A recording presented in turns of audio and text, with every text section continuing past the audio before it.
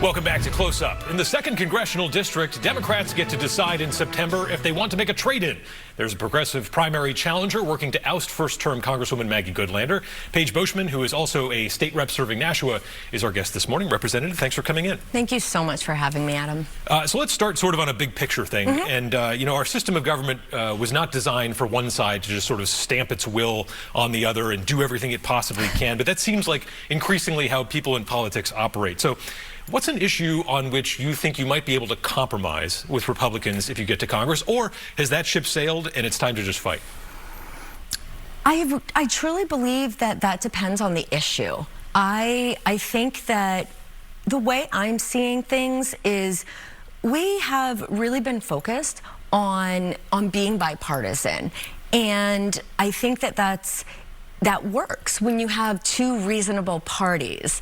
I really do, and I think people have made this analogy that right now it's almost like we are in a domestic violence situation. We are kind of the victims of abusers, and you really can't rationalize with abusers, and to think that you can only prolongs that danger that you're in. And so I think in some cases, with some of them, there is no working.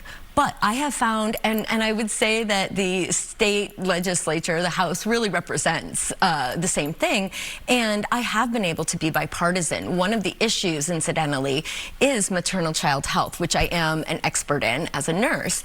And that is something that people still really do care about. And I have been successful in working with Republicans in the state on passing legislation for maternal child health. Yeah, and how has your experience as a state rep, you know, you present yourself as an outsider, but you know, year 3 as a state rep, so you have some experience there. Yeah. How has that experience shaped how you want to do things in Congress? Absolutely. So I think I still consider myself an outsider on the inside. I still very much function as an outsider on the inside. You know, there might be some people who don't love how I think things should be done. But I would say I'm actually very well placed because I am close enough. 3 years, you know, I still remember my whole life of being a working person, and that hasn't gone away. And so I think that I am so well positioned because I am close enough that I still remember and I haven't forgotten what it feels like to not fully feel like you can participate in the system. And yet I've got these 3 years of experience that give me just enough to be able to navigate. I am pressure tested. I have just the right experience to be able to be really effective. Yeah, and to be fair to the House, it's all still real people there for the most part, you know, in a thankless job that has kind of turned into partisan trench warfare. But, you know, there are things you can compromise on, but also you mentioned you see things that are there where you have to fight. I'm interested in what you've seen from President Trump. If you're there in Congress in 2027, do you believe he has already committed an impeachable offense? And if so, is that an avenue you'd like to pursue in Congress? It's absolutely an avenue. And in fact, I have been endorsed by Citizens for Impeachment, and we are a group who is dedicated to impeaching Trump on day one, presenting papers and doing that every day as long as it takes. We're a block of over 140 candidates around the country who are all progressive. We have all pledged to impeach, and we have all pledged to run humanitarian campaigns with integrity and serve with integrity. And what's really special about that is we're going in together as a block with the papers to submit. And I think that that is potentially a very strong powerful block. What's the impeachable offense? The impeachable offense is almost everything he's done.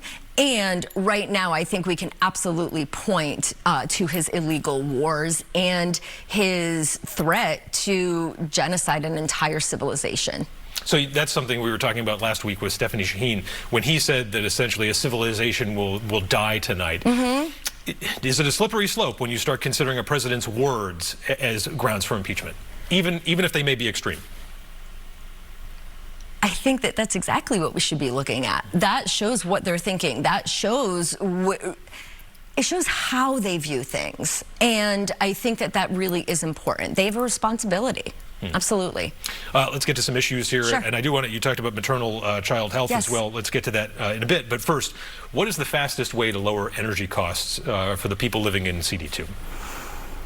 The fastest way to lower energy costs, of course, would be ending the war that is happening right now. That has significantly increased costs. I would say, if you had asked me this maybe a month ago, I have done environmental work before my career as a nurse. I'm extremely committed to the climate, and I see investing in renewable and clean energy sources absolutely as the way that we need to go. And yet that would take time, right? So if you're looking to help quickly, and this is a tough knot to untie here, because in New Hampshire you've got about 116,000 households dependent on natural gas for heating and energy. Would you support additional pipelines that could bring down costs for those people? I believe that putting that investment into a pipeline, along with knowing how risky that can be for the safety, because we do know that there are often leaks, and oftentimes when those things go into place, they go into the poorer neighborhoods or through the poor areas, and that really is putting the folks in those areas in danger of potential health problems. So do I think that that's the first priority? I would not invest in that. And again, if we're looking at a pipeline, we could build clean energy resources within that time frame as well. And that's really, we need to be looking to the future. Our kids, my kids are 13, 11, and 7. I want them to have a clean planet. I don't want to invest in the past. I want to invest in the future. You're a nurse, and so you have everyday working knowledge of the pros and the cons of the healthcare system from the inside. Yes. There are so many things that are wrong with that system. Anyone who's paid a bill to any kind of medical entity in the last year or two can attest to that viscerally. But how do you protect, and you're a Medicare for All candidate. I am. How do you protect the things that the system does do well, like specialized care, innovation, acute care, the things that socialized medicine does not succeed as well at accomplishing for patients? Well, I mean, we haven't tried it here yet. And so when I think about Medicare for All, certainly we start with the model that we're working with already. We look at what has worked in other nations, and then we get the right experts together and say, how can we take these components and then add to it and adapt it so that it fits and works for the American people. And I absolutely think that all those things that you said are possible. You know, people hear me say Medicare for All, and they say, well, it doesn't include dental, vision, etc. Well, if we're creating a new program, we can put that in there. We can include negotiating pharmaceutical prices and things like that. So I think we need to move beyond our limited experience of what it looks like now and start thinking about, what do we want? This is an opportunity to build something new. And so we can create it in the way that it will work best. We don't know what Washington will look like in the next session, but it's likely Democrats would not have the ability in the Senate to pass Medicare for All. So what's something you could do more quickly, specifically on maternal rural health care? We're seeing the collapse of help for moms, essentially, who are pregnant anywhere outside of urban areas. They really have to either drive a long way or just go without that care. So what can you do to help them?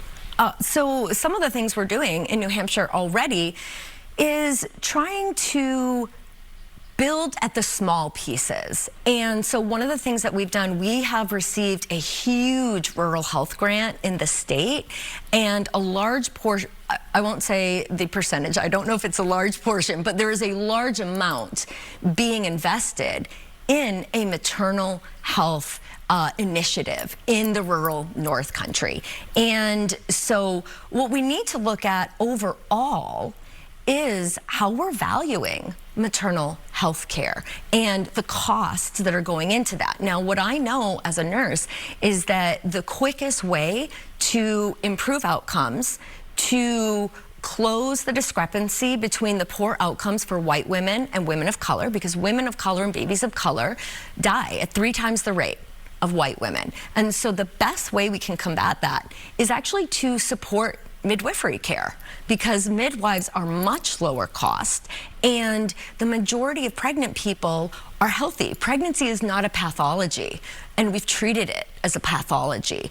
And there are decades of evidence that show that when you take normal, healthy pregnancies and you have somebody who sees pregnancy as a normal, natural, healthy process, they will intervene less when it's not necessary. And a large part of our problems are unnecessary interventions. And then when there's a risk, we send them to the OBs who are able to manage those higher risk situations.